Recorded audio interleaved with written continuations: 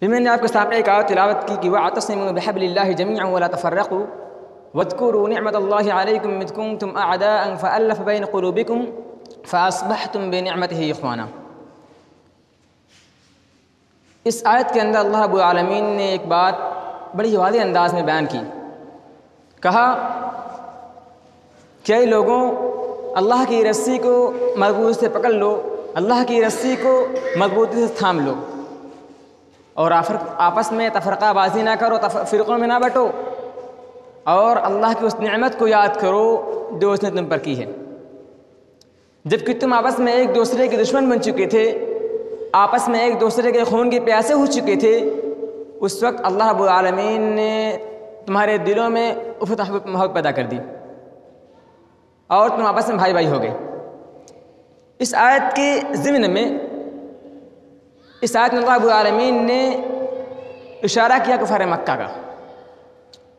آپ یاد کریں کفار مکہ کو اس وقت کہ جب لوگ ایک دوسرے کے خون کے پیاسے ہو چکے تھے، جہالت عام ہو چکی تھی۔ اس وقت اللہ رب العالمین نے نبی کریم صلی اللہ علیہ وسلم کو رحمت بنا کر بھیجا۔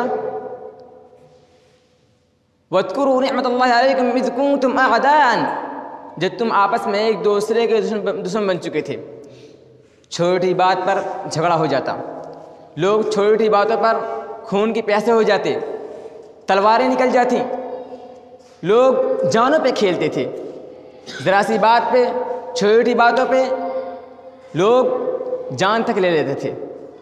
اتنی جہالت عام ہو چکی تھی، لوگ اتنے ایک دوسرے کے دشمن بن چکے تھے۔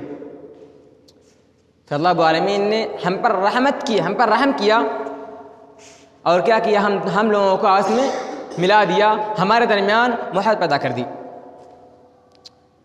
آپ یاد کریں حضرت عمر رضی اللہ عنہ کو کہ اسلام کے کتنے کٹر دشمن تھے، لیکن جب اسلام لائے تو اللہ رب العالمین نے ان کے دلوں میں اتنی محبت، اتنی الفت ڈال دی کہ وہ اسلام کے لیے ایک ڈھال کی طرح بن گئے۔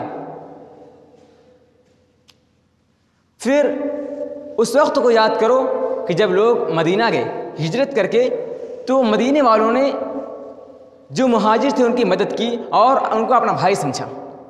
یہ اللہ کی نعمت ہے، اللہ رب العالمین نے اسی نعمت کو یاد دلا رہا ہے، اور کہہ رہا ہے کہ وَاعْتَصِمُوا بِحَبْلِ اللَّهِ، کہ اللہ کی رسی کو مضبوطی سے پکڑ لو اور آپس میں تفرقہ بازی نہ کرو، فرقوں میں نہ بٹو، اور اللہ کی اسی نعمت کو یاد کرو۔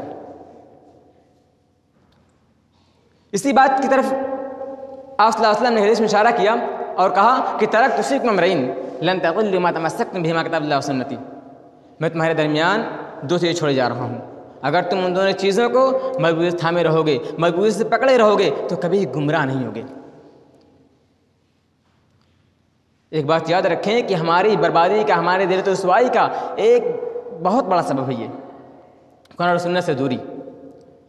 بعض ائمہ کرام نے، سلف صالحین نے بہت ساری وجوہات، بہت سارے اسباب بتلائے ہیں ہمارے مسلمانوں کی ذلت و رسوائی کے، ان کی ذلت و رسوائی کے بہت سارے اسباب اور وجوہات بتلائے ہیں۔ ان میں سے ایک بہت ہی اہم اور بنیادی سبب یہ ہے کہ قرآن و سنت سے دوری۔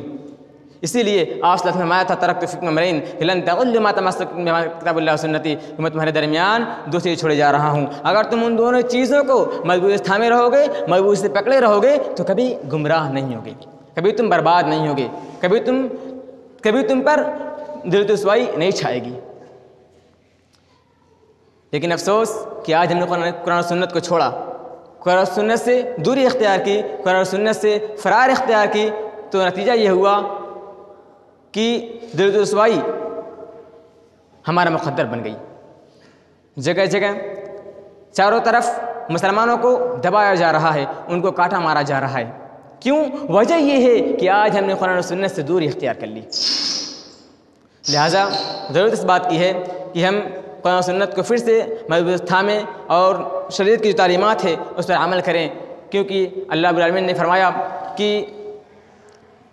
رسول تمہیں جو کچھ دیں اسے لے لو، رسول تمہیں جو کچھ دیں اسے لے لو اور جس سے منع کر دیں اس سے رک جاؤ۔ تو چنانچہ ہمیں چاہیے کہ اللہ رب العالمین نے اور نبی کریم صلی اللہ علیہ وسلم نے جو تعلیمات ہمیں دی ہیں اس پر عمل کریں، اس کو پکڑے رہیں، اسے تھامے رہیں اور اسی کے مطابق اپنی زندگی گزاریں۔ اللہ رب العالمین ہم تمام مسلمانوں کو قرآن و سنت کے مطابق زندگی گزارنے کی توفیق دے، آمین ثم آمین، تقبل یا رب العالمین۔